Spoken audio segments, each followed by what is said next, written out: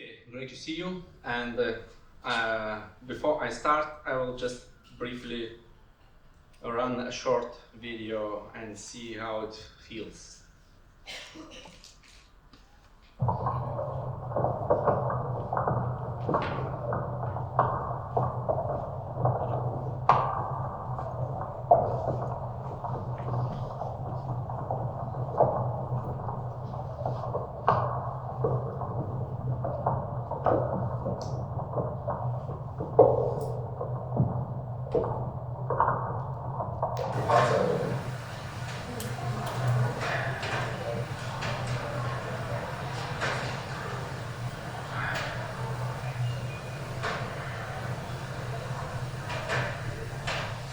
Hi, I'm David Zilber, as himself, David Zilber, and this is Gut Feeling.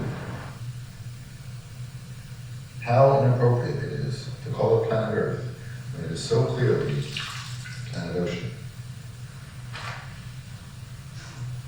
Wingardium Pinnatifida undergoes a recapitulation of phylogenetic evolution during reproduction and returns to single cells, which makes a great many creatures, humans, and our prosthetic technologies included, unwitting storks.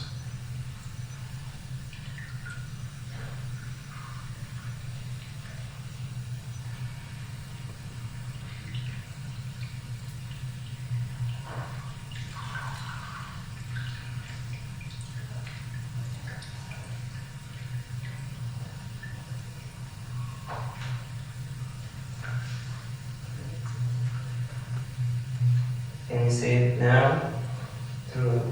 Again, one more thing. Ultimately, like all non-vegetatively reproducing organisms, Wingardium Pinnatifida undergoes a recapitulation of phylogenetic evolution during reproduction. It returns to single cells, which renders a great many creatures, humans, and our prosthetic technologies included, unwitting storks.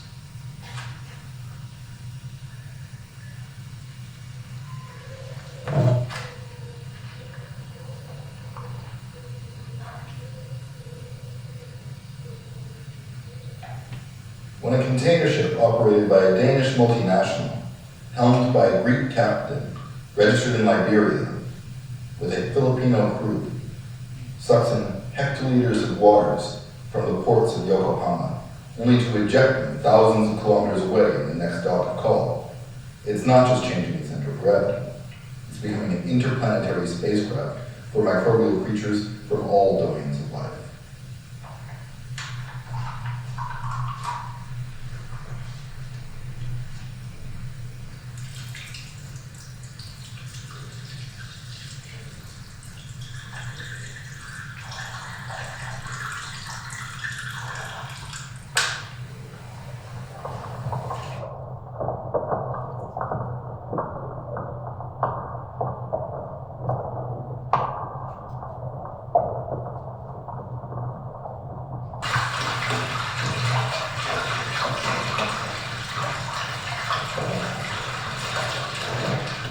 Equilibration times need to function as compatibly matched gears for symbiosis to work.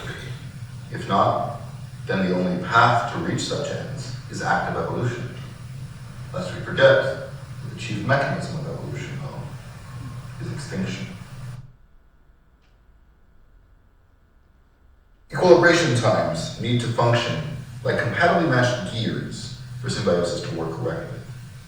If not, the only path towards such ends is active evolution. Lest we forget, however, that the chief mechanism of evolution is extinction.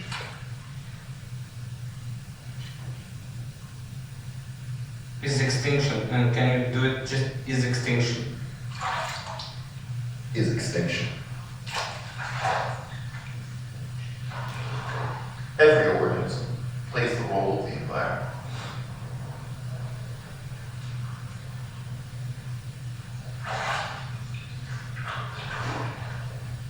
Every organism plays the role of the environment.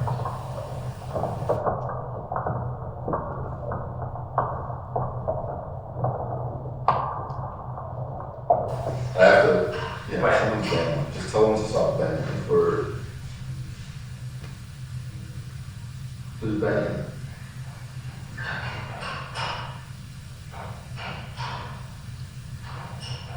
Great fleas have little fleas upon their backs divided, and little fleas have lesser fleas, and so ad infinitum.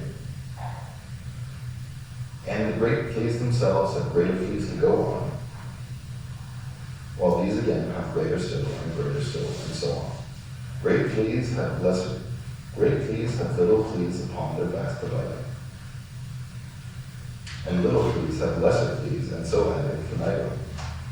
And these great fleas themselves in turn have greater fleas to go on. Let's go. Great fleas have little fleas upon their backs divided, while little fleas have lesser fleas, and so ad infinitum. And the great fleas themselves have greater fleas to go on, while these again have greater still, and so on. Through the process of directed evolution, each glass vessel becomes a microcosm, a miniature future history of the canals of Venice, a permanently enmeshed ecological braid.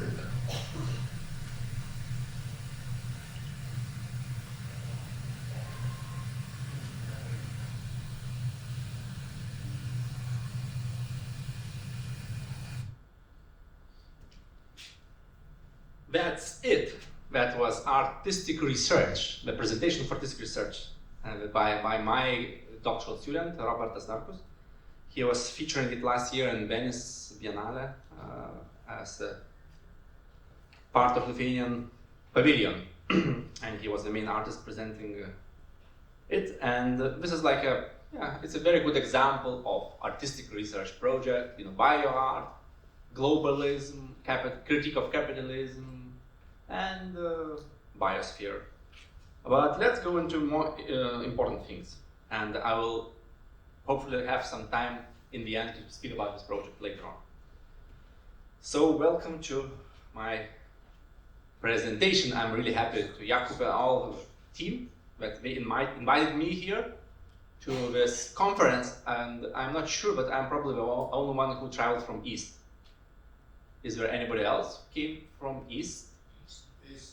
Okay. Krakow is south. From the middle end. Okay, 1, 2, only 2, 3. So we are minority. What happened? Why we are still looking at the West? My presentation is called AI, 5G, and other urgencies for artistic research in the European East. Let's have a look. This is a small cartoon from a previous congress where I met Jakub, so that's why I tried to show it to you. And you see, one is about post-colonialism on the left. You can read it yourself, and on the right there is a very interesting interaction between the supervisor and the PhD candidate. So there's 2 very controversial and also very nice situations which happen usually in artistic research, and it's made by artist Olaf Westphalen. I asked him to think of something which he thinks is urgent in 2021, and this is his take. So we don't have time for structure of the talk, but I will go through it in person. Firstly, deconstructing the title. So AI is not what you think, it's artistic intelligence. And this is very important in contemporary knowledge economy, to recognize that artist also has intelligence, and the artist can produce knowledge. So this is it matters as never before, and that's why we are here in this first conference on methodologies and cognitive aspects. 5G, it's about protocols, diversity, and impact of artistic research, so we're gonna see it later.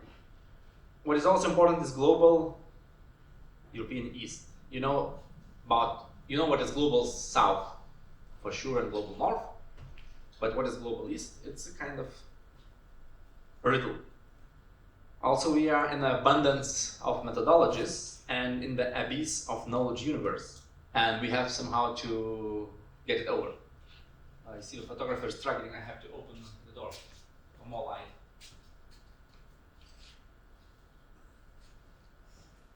Otherwise, my face will be blurry. Sorry, I'm sensitive to light and photography.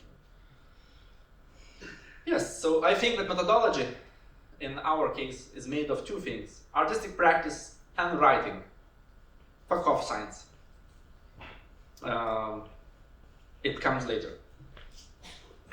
So writing is artistic practice, or writing as a methodology of research. And I'm very sorry, but in this presentation I have 140 slides, but I have time only for 75, so I will show every second of it. Every second slide. And my goal is to meet you, all the knowledgeable society of artistic research and research in the arts, and get into the discussion. So my goal is to raise more questions than give you answers. So sorry if something is too fast. You can ask during the session or later during lunches, coffees, breaks, etc., etc. So what is global north? Sorry, global east. So you see, this is a very standard map from Wikipedia. I just took it out a few days ago. So it's recent. You see, global north is blue, cyan. Blue. And orange is global south, and red is it's catastrophe, as it says here. It's least developed countries according to United Nations. And unfortunately, Poland is in the global south. How come? Can you believe it? And of course, Poland and almost all the Balkans are in the global south. Strange map, no? Can you believe statistics? This is another map. I like it better because it's only two options. It's a little bit, it's old-fashioned because it's binary. It's yes or no. So if it's yes to global north, you are green. If no, it's red. So you see here, Poland is already in the global north. It's interesting. And I don't, this small red country in Europe? Bosnia and Herzegovina. Oh, okay, thank you. So this is the interesting statistics. And now, you know this HDI, no? It's not HDMI, but it's HDI. It's Human Development Index, which includes long and healthy life, knowledge, and a decent standard of living. So you know that we are here in a knowledge economy, and without us, knowledge will be not existing. So it's clear that knowledge is very important. If you don't have doctoral program in the arts, you cannot be in the global north, no? According to this index. So this is another map. Yes. It's a bit too small, but the top country in the list is Switzerland. And the top country in the number 10 is Netherlands. Poland is, it's somewhere in between. It's I think second or third level of this blue lineage. But it's not so important here. This is more interesting, the map itself, and how do you position and how do you differentiate between global and south. And here you see all these poor countries in the east of Europe, or Central East, starting from Latvia and finishing with Greece, are the same color. So it means that we should be on the same track. But is it really true? That's a good question. And you see, we are surrounded by countries which are really black, and the HDI is very high. So it means that they produce a lot of knowledge. Okay, so in the end, what is Global East? What is Global East? I like this description by Martin Müller, and he says that, in the Cold War situation, we had the first world countries, we had third world countries, and then we had something in between. So it was Cold War countries, or so-called second countries. So starting from Yugoslavia and finishing with Russia, all these countries were neither global south nor global north. So we're somewhere in between, because East includes both colonizers and colonists, aggressors and victims. Some countries were both at the same time. Some neighboring countries were colonizing others, and so this is kind of complicated situation. And if we speak about the anecdote about the Global East, so the old man says he was born in Austria, Hungary, went to school in Czechoslovakia, married in Hungary, worked most of his life in the Soviet Union, and retired in Ukraine. So this is like a true story. And interviewer says, "Oh, you traveled a lot, yeah?" And you know what the answer? Yes. No, I never moved from Mukachevo, which is a town in western Ukraine now, in Zakarpattia Oblast.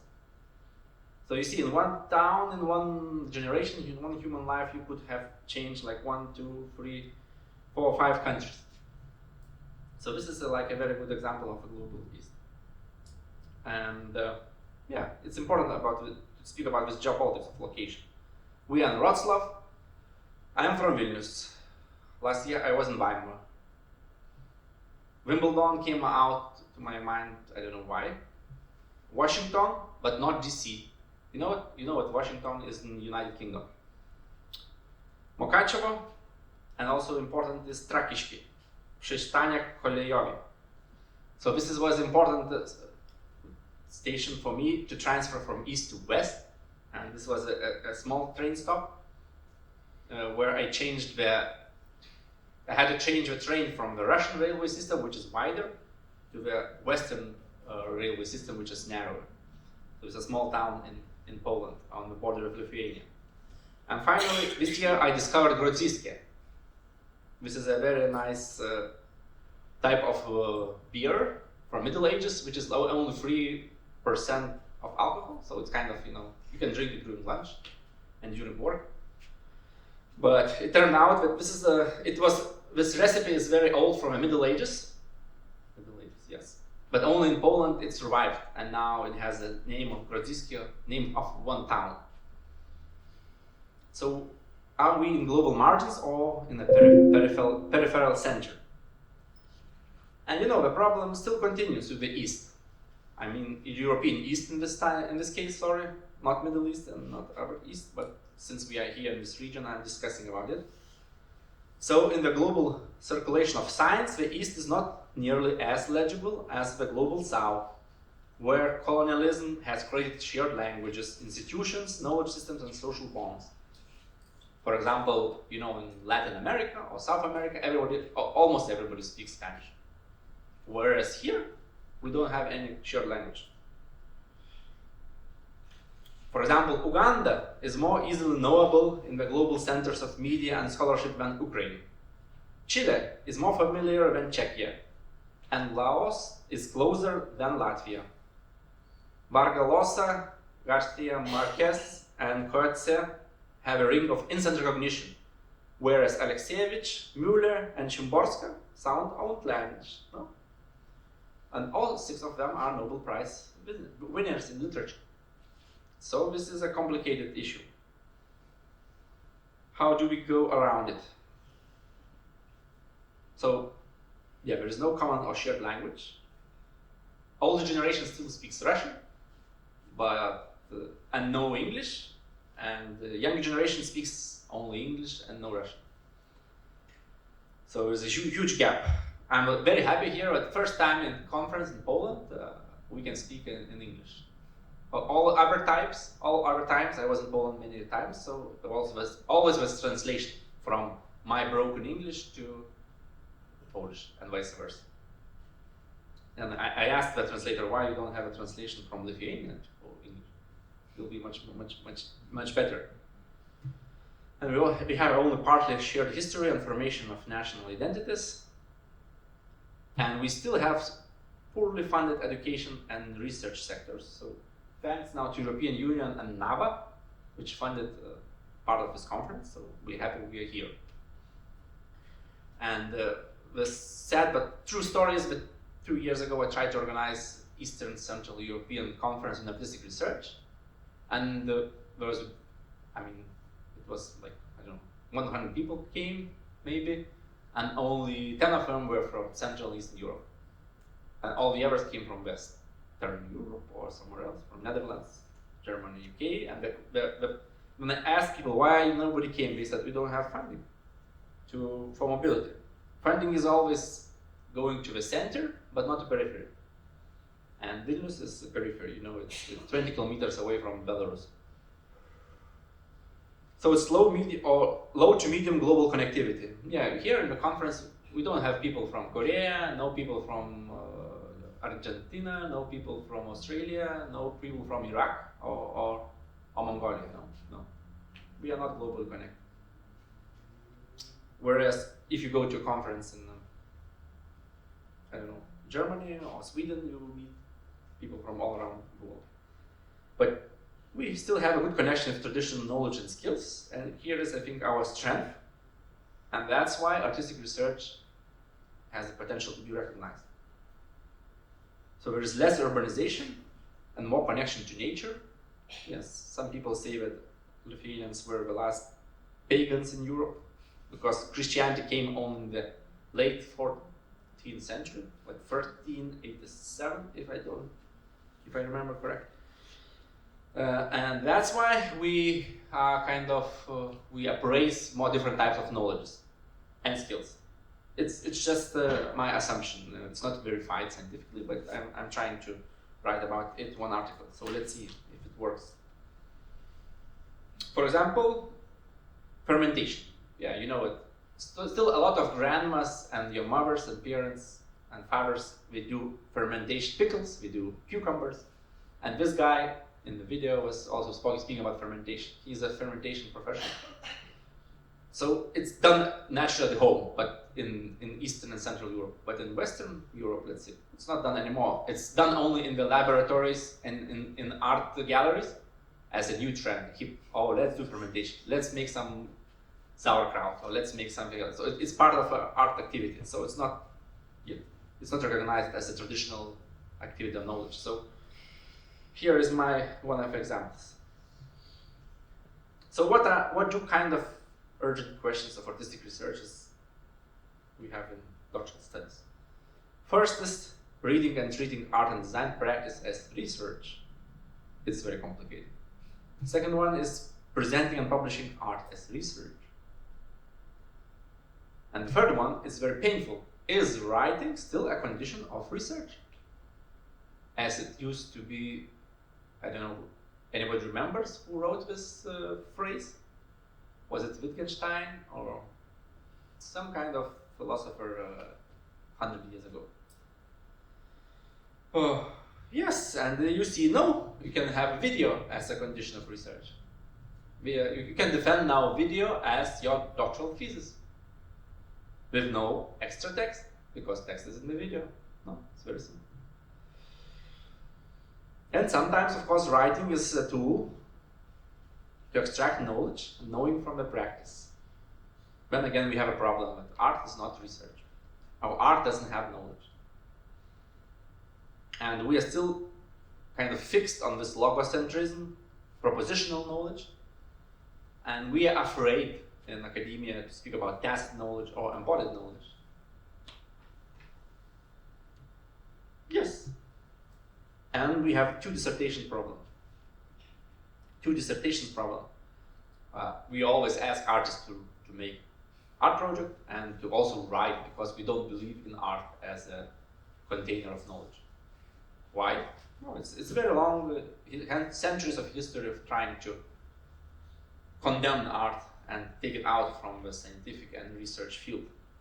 Because you know, in Greece and in Middle Ages, art was part of science and knowledge economy. So let's go a little bit deeper. I know here we have some people who like diagrams, and especially Andres Steikman, so I also want to comment to speak with him in diagrams. So I would love to come to a conference where diagrams and visual presentation, visual slides are dominating.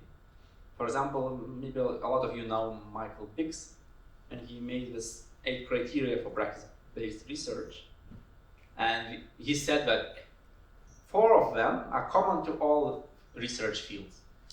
Yeah, you have a question, and then you have an answer, so it's a research problem. Then you have knowledge, which is like produced, It's a production of this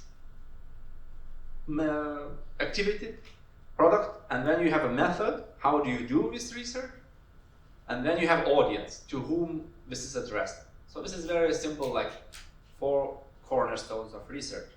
But practice-based research has more, unfortunately. It's more complicated. So you have to put them here. Something wrong with my animation. So you have, first of all, you have a role of text and image. So you discuss, do you need text, and can image be replaced? Sorry, can text be replaced by image? Then you have also discussion about relationship of form and content. Yeah. For example, how do you write, and what about you write? Then you have function of rhetoric. This is also important. And how do you say things? It means that it constitutes some kind of new, let's say, knowledge. So, especially in performative arts, rhetoric is very important. So it doesn't mean, the style of writing, of course, it's important in visual arts, but in performing arts, it's also the style of speaking during your performance of final defense. And also experience. So in traditional sciences, subjective experience is not valid. You have to take it out. And here you write, I experiment, I research, I do things. Yeah, so we have many phases of research in the arts, and how to agree, if needed, to one concept. It's complicated. You can say it's practice-based research, you can say it's artistic research, you can say research by artists, you can say research through the arts, you can say research in the arts, you can say practice-based research in the arts. Sorry for so many texts here, but I want to cheer you up that in the end I have a lot of pictures and I show you some doctoral projects. Yeah.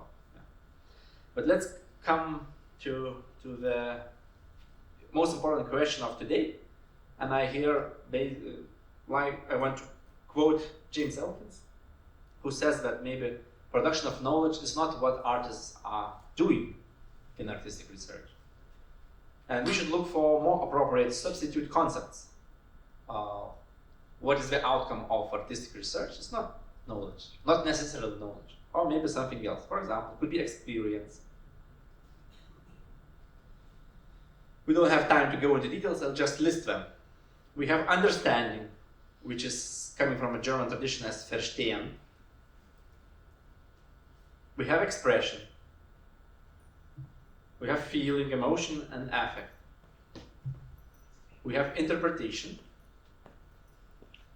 And we have doubt, which is my favorite. So if artists with their project make some kind of doubt in a specific field of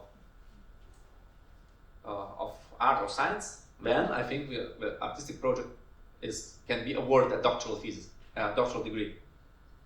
So doubting is very important. Philosophers are always doubting about something, and especially philosophy of science. So that's how artists can find their place in the contemporary academia. They can be philosophers of art or science. And writing, yeah. So artists describe what they do or how they do it instead of conducting research. In other words, we create narrative, and this narrative tells a story.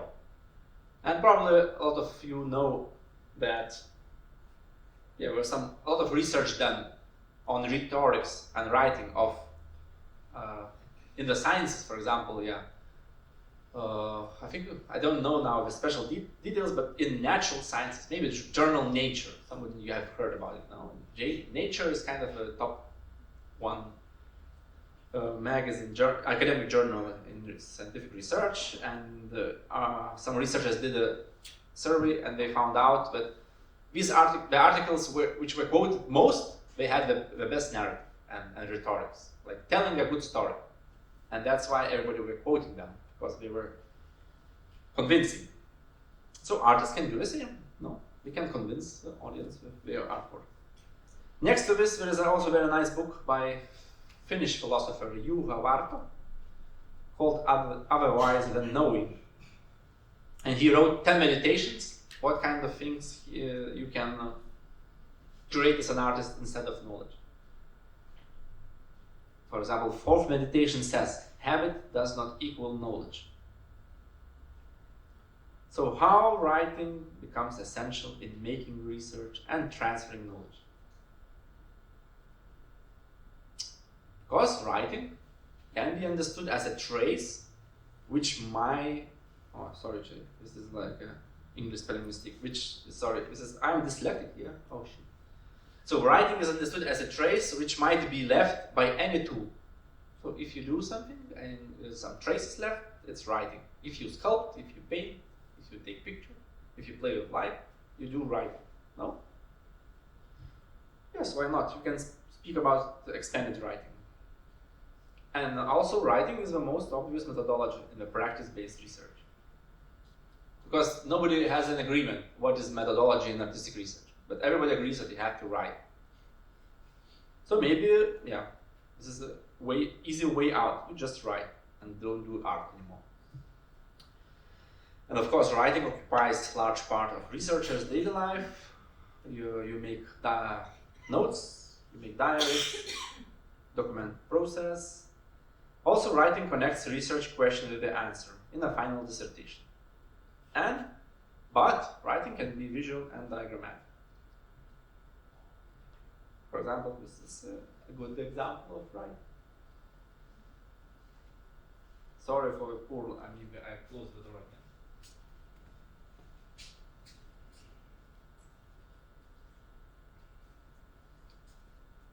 Still, it's too much contrast because I have colors on my screen and here are no colors. Colors are also important part of it. So these are traces made by artists, diagrams, from my book on mapping artistic research. And this is another nice example. What happens if artists start to write? So in the top picture you have the University of Plymouth in United Kingdom, and there you can defend. It's a little bit old data, but still maybe it's still valid. So you can defend thesis without any writing. And on the lower right corner you have maximum what you can do. It's 400 pages of dissertation, which equals to 100, maybe 20,000 words. Oh no, maybe 100,000 words. So this is like so after this, you don't have artists anymore, only small fingers are left. So you see artists being cut through the writing machine. So to avoid this, we have to adapt methodologies for the research methodologies closer to the artist. What happened? Okay. This is, I don't have maybe time for this, but very briefly, I just wanted to mention that we are,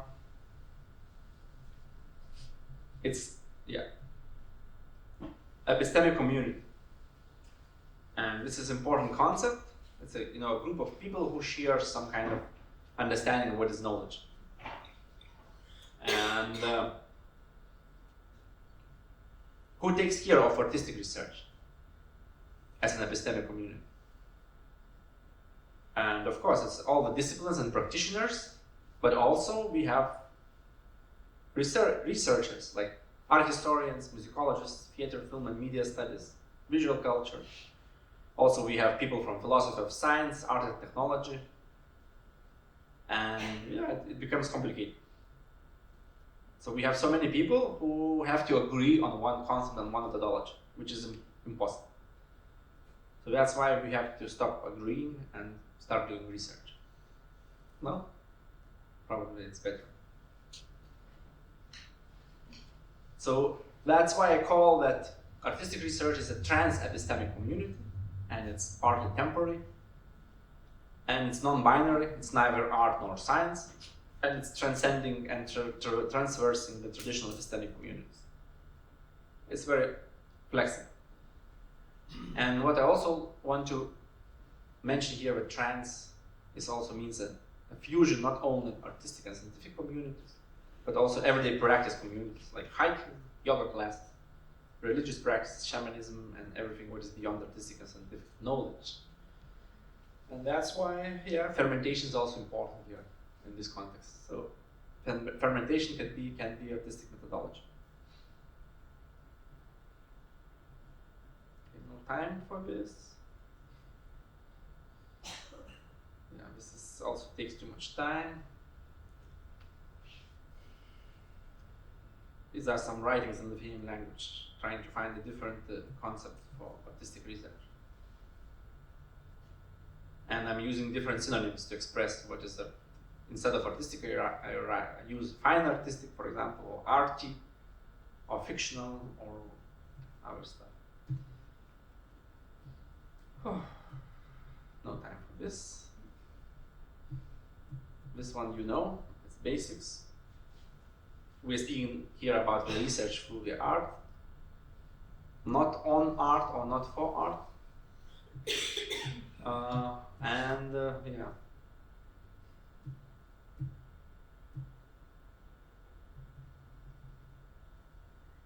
How to decolonize knowledge and research? Firstly, from foreign languages. Now we are speaking lingua franca English. Secondly, from our discourses which put power or pressure on artistic practices from their point of view and frame it according to their methodologies. For example, what kind of formats of research outcome is being validated and legitimized? Yeah, it's again, the writing is very important. So I came up with a few abbreviations how to look at your doctoral studies. One is waste. If your doctoral studies is waste, it means writing academically with supervisor on time and efficiently. So please don't do it. It's better to do game. Get your art into the new networks and get the funding from research councils. This is a better advice. Okay, I have 5 minutes left. Let's.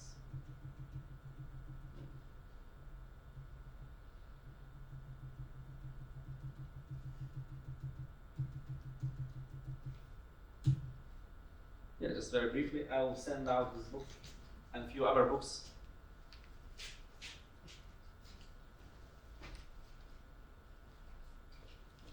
I distribute them evenly because otherwise people won't get it and coming back.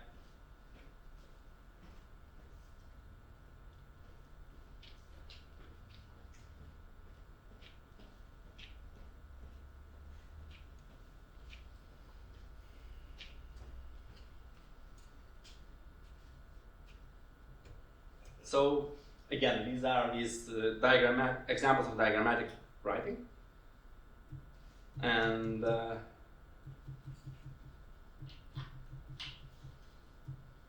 yeah, these are some visual examples how to do research while you do diagrammatic writing.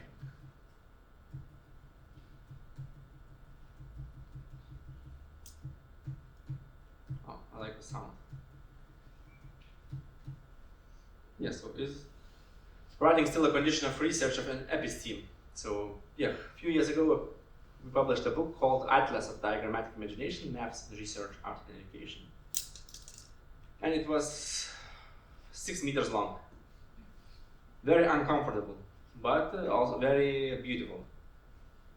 And we had a lot of questions, how diagram differs from the text, and can a map be a research component, an artwork, or scientific means of communication, and how do diagrams mediate between different cognitive and knowing systems, and how can diagrams convey bodily experience and gestures.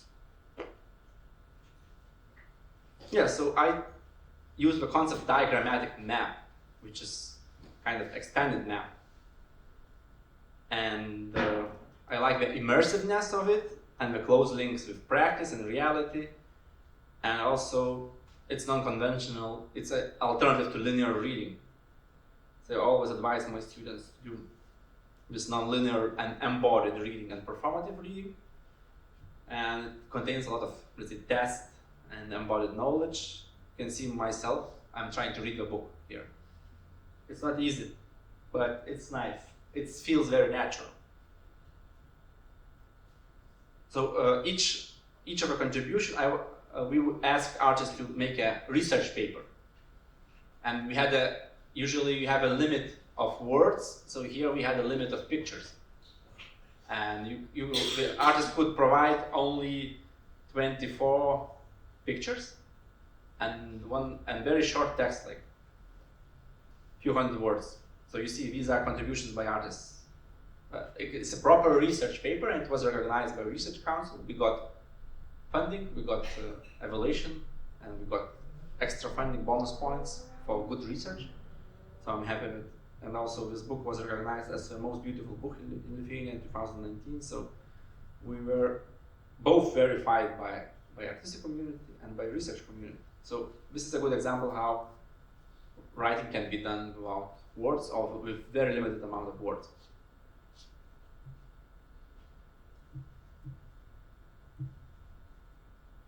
Okay, let's go to the doctoral project because it's too much text in my presentation. This is the whole layout of the book. It occupies 10 square meters on one side here. On the other side is more.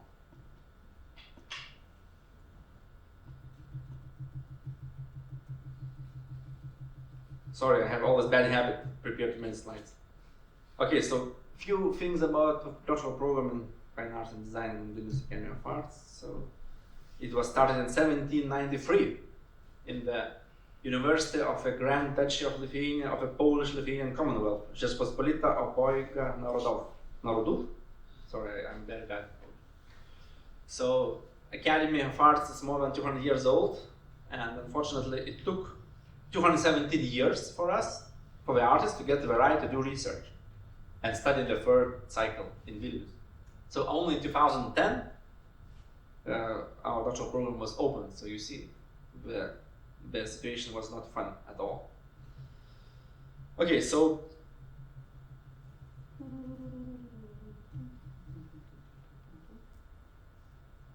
let's go to the most important thing. Oh, I missed one slide. What happened? Where is my most important slide?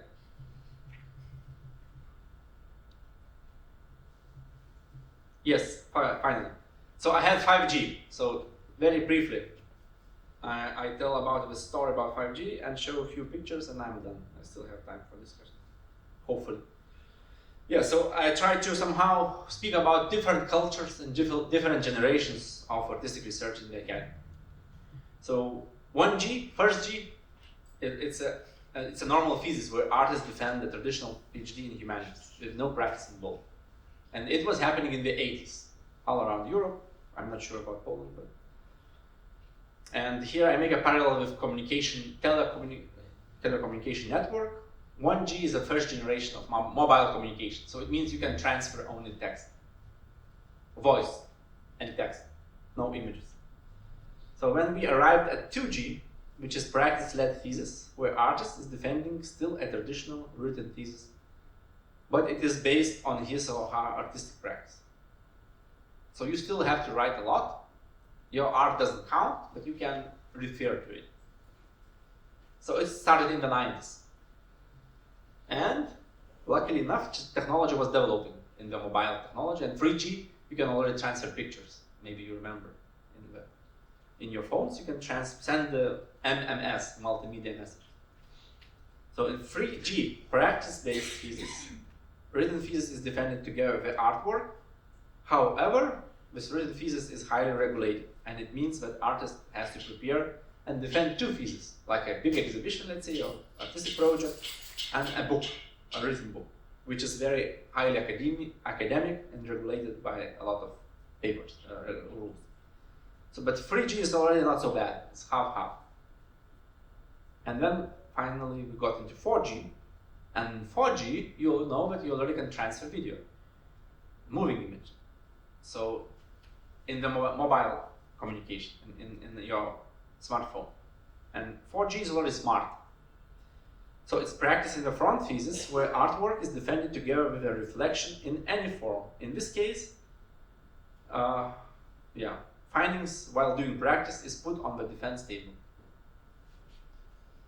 And it means that you have to write, but this reflection is any kind. It can be essay, it can be, I don't know, some kind of video story.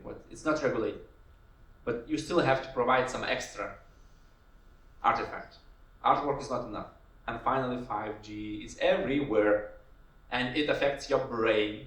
It goes through your body, and then it changes your mental state. You know, everybody was afraid when 5G came that it will produce cancer cells, whatever.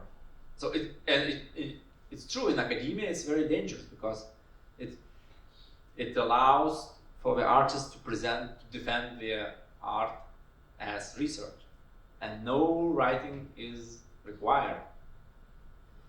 It's a huge catastrophe for academia and for especially for humanities and social science. Because natural sciences, they somehow like us more, and they agree that you can defend your formulas and your experiments with no writing or very little writing. And what will happen with 6G? 6G is I've read already that there are some experiments in Finland, and they are planning to launch it in 2030. So very quickly, let's see through the artistic projects. One of them, we don't have much time, but maybe I show one of them. Maybe two, no, maybe one. So this defense was happening last year in Lithuania by my student Vytautas Michelkevičius, and the thesis title was "Walking as a Pretext and Space in Contemporaneity." So this is like a defense route. We walked during the Viva Voce, or during examination. All the committee walked 5.2 kilometers in 3 hours and 26 minutes. So this was the performative defense. And he presented in this, he made a book and presented a series of walks conceived and implemented by himself, and essays following them.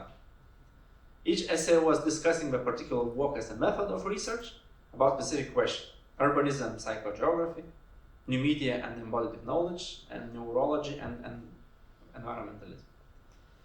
And itself, the defense procedure was implemented as a performative walk, which condensed the series of walks in each of the stop. The particular aspect of the research was discussed and reviewed by the 5 committee members, experienced artists and researchers. And here knowledge was coming into practice when everybody was witnessing them bodily. 4G was happening for sure, despite the fact that in a publication every second page is text and every other one is image. So here are some pictures. So defense while walking, I think, breaks the academic protocols and invites 5 examiners, committee members, to experience with their bodies both the method and the outcome of artistic research. So it was around 60 people who participated in this public examination. Here is the artist in the front with his nice microphone and sound recorder.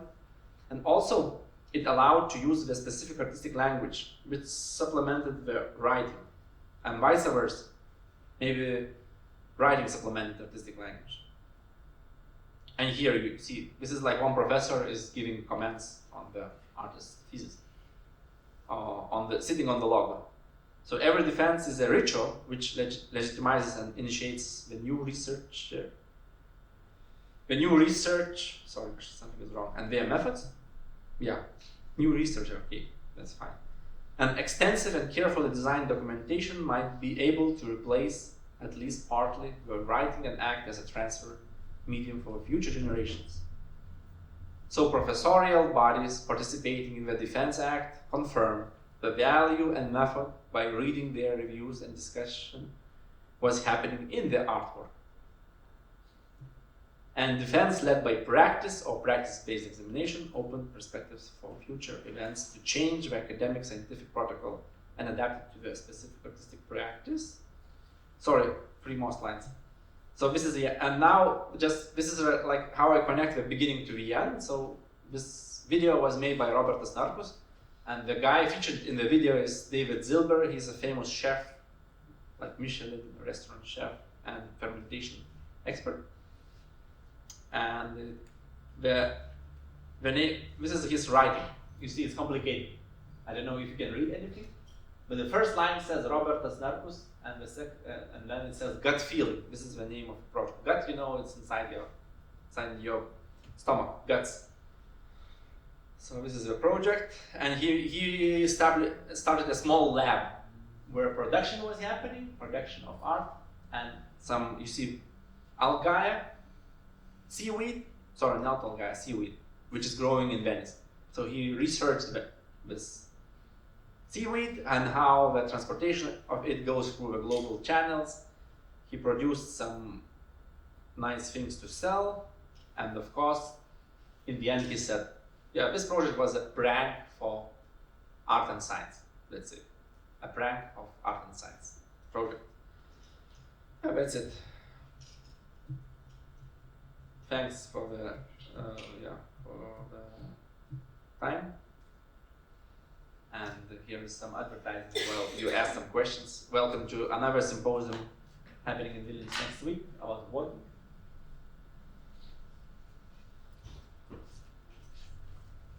Thank you very much, Vytautas.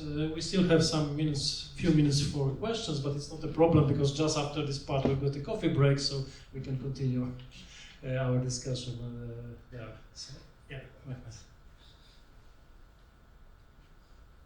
Thank you for the very interesting presentation, and I can see that we all have similar questions in our head. I also give on the doctoral level and the master level research methods in art and design. One point you underlined writing. Yeah, you're totally right, but I would like to add also citation is one of the major nightmare for the students who write, to write in the right style and where to put the comma and italic. That's one of the problems, including writing.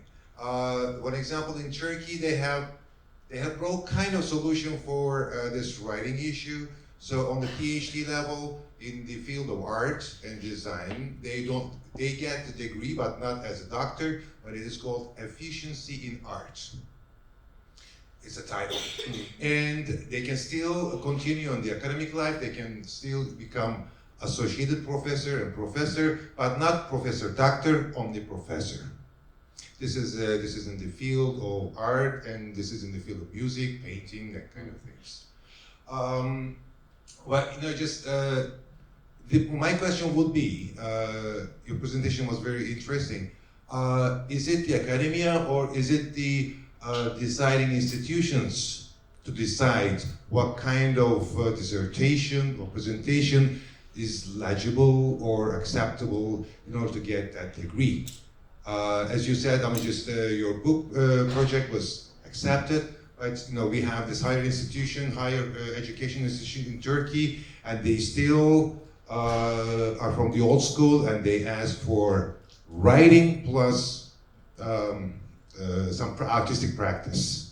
So is it the universities, academia, or the higher level of institutions to decide what to accept? Thank you.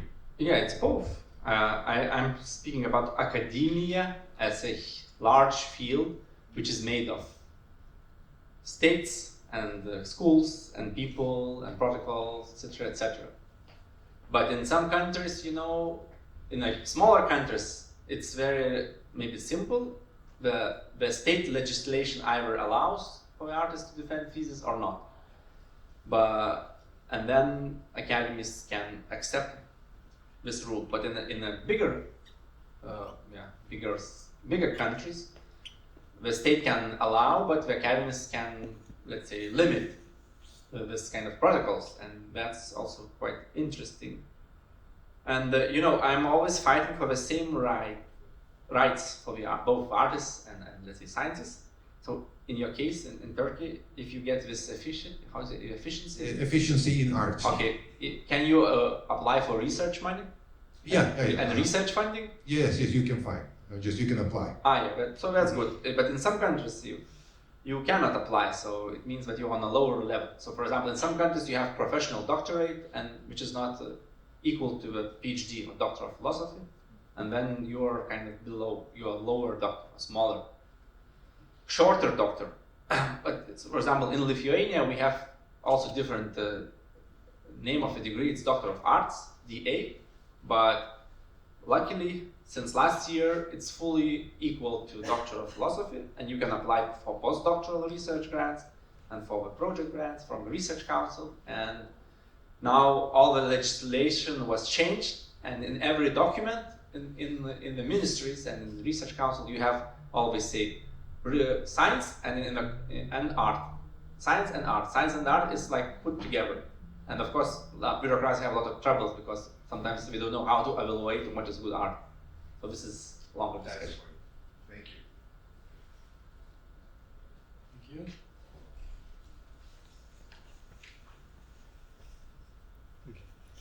Thank you very much for the presentation and the interesting examples on the slide. Just following your last answer and kind of building on this, how to understand, I'm still getting to grips with the examples, if it's kind of the subversive part of the kind of during PhD, or what position you're basically taking to these different practices, and linking it to your last answer. So are you actually supporting, this is a plaidoyer for doctor in arts, or would you still consider the PhD being, which is rightly said, Doctor of Philosophy, which is different material, if we not take the aesthetic as unifying part, would you say that are you kind of insisting on the difference?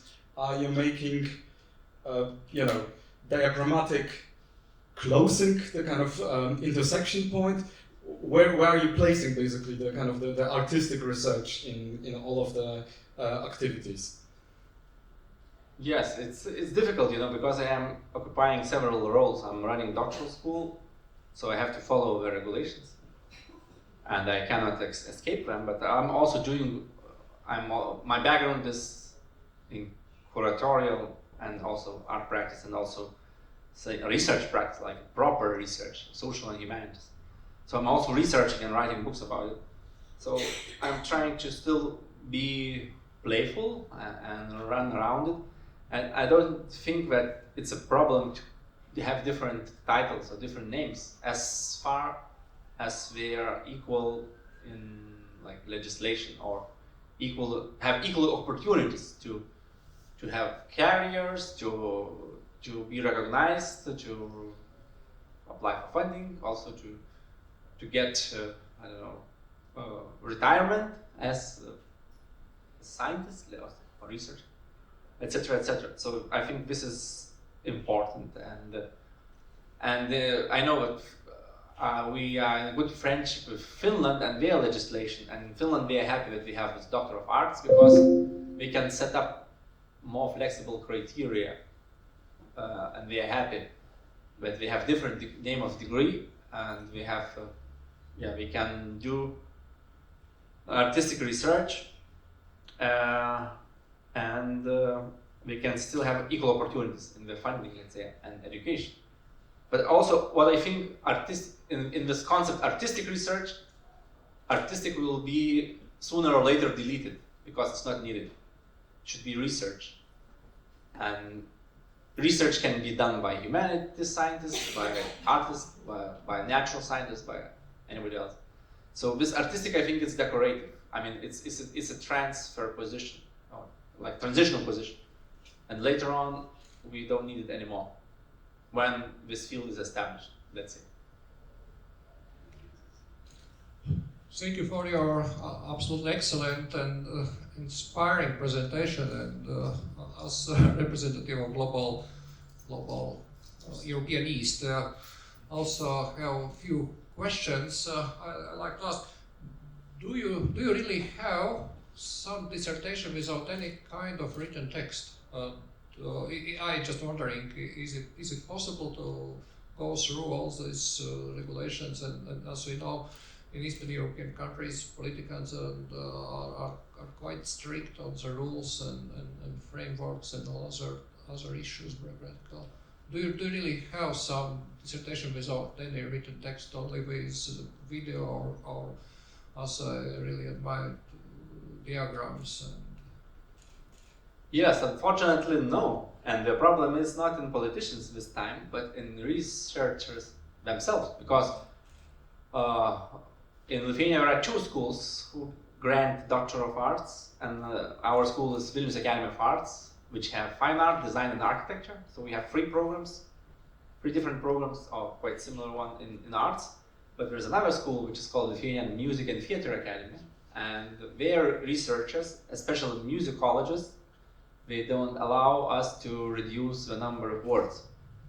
And they say you have to be very rigid, you have to write as so many words as we want. And in this case, it's not politicians, but it's the researchers community don't allow for this innovation, but I hope we are coming closer to it. But also, it's also a problem of trust. I know a few examples in Sweden and some other Nordic countries where is it possible to do this, but not yet in global East, because institutions don't trust people and people don't trust institutions. But in every case, the award of a doctoral degree is a consensus of a community, of this trans-epistemic community of researchers and artists. And how many pages or words are mandatory? It's minimum 30,000 words, which is like around 100 pages. So it's half of a traditional, let's say, research dissertation. But the very good thing is that now our artists started to play around, because it doesn't say what kind of words. So they started to play around, and they can write. Now one of my students is writing a novel, and the novel will be defended both as artwork and also as research text. And it's one novel, like 30,000 words, let's say, and it has qualities of art and research in the same object. Yeah. Absolutely nice try. I believe this creative writing would be, and what the other community members would say also would be definitely interesting to hear from the musicologists and others. And the second question is more like, because my study course, what I'm teaching is methodological aspects of artistic research and methodology and all other things that's connected with it. I'm like fun and collecting different methods around the world. So how, you mentioned this fermentization as methods, but do you have some, could you describe it? I absolutely would like to hear. Yeah, myself, I'm not using them, but we have a few doctoral students. One is doing artistic biotechnology and choreography of bacteria and fungi. So he can be a good guide to you. So please come to Vilnius. Okay, so he will tell you. Yeah, and I also have some. I have some biases towards methodology in artistic research, and I think that when artists start using methods which we don't know, like sociology, let's say, or humanity, some kind of phenomenology, when it becomes a tragedy. So I think it's better not to imitate research methods. Not to imitate other sciences research methods, but to create your own. Absolutely, I agree with you. Thank you, very inspiring. Yeah. Can I add something? Yeah. Just a little. It happens here, it was last year, I guess. It's one of your students actually, with an architecture background. He was writing his thesis. I was in the jury member. One of the chapters was written as a fiction. He was telling his own life story. At the beginning, I said, what kind of a text it was? It is. But then, once I finished the chapter, it was so well structured and, just giving the references of his project. I said, okay, leave it as it is, because this is the best way to describe this. So it, at the beginning, it was also, as an art historian, I was against, but at the end, I became pro. Thank you. Yeah, so we now, in the beginning of the program, first 5 years, our program was very much influenced by art history, let's say, because art historians had knowledge how to write, and they tried to make every artist write in art historical way, but later, they became more open and they left the doctoral committee step by step. and now we have also some young doctors of art in the committee. And the only thing we advise is that you write as in a style you want, as far as you convince your audience. And the only thing we ask them, like, to write an introduction and conclusion. And inside, the majority of text could be whatever you want. So maybe it's not so bad that there are some strict frames and artists have to break them. Yeah. Because if everything is open, maybe they start to be very lazy. Oh, Yeah. Actually, it's much more challenging to write as an artist and defend the doctoral thesis, because every time you have to not only to do the work, but also to create the system of evaluation of this work and show where is the strong parts of it. Ladies and gentlemen, I think there are a lot of interesting topics, and we will continue this discussion during the. Can I have one more question? Okay, yeah, sorry. Yeah? Thank you very much. Hi, Vytautas. Thank you very much for your lecture. And I have a question I would like to address. It's related to the beginning of your lecture, to the global East thingy. Quite recently, I came across this idea of epistemic mining, meaning that, being global South or global East, we are producing knowledge, we are producing new procedures, methods, this whole artistic intelligence thing is going on here, and it's very abundant. Yet it's still the major global players that are benefiting from it, because we are constantly presenting the results, the outcomes in English, which is what you pointed out in the very beginning, right? So we use local resources, right, to produce whatever we are doing, and then we contribute it to the common field of research, but it's not the local community that is benefiting from it mainly. So I was wondering, what would be your thoughts on that? I assume that you have some insights. Yes. With epistemic violence is another word, and there is also epistemic rich and epistemic poor countries. Yeah, it's a problem, it's a big problem, and still in our case, in our school, we have 30 doctoral researchers, and only maybe 5 or 6 of them are writing in English.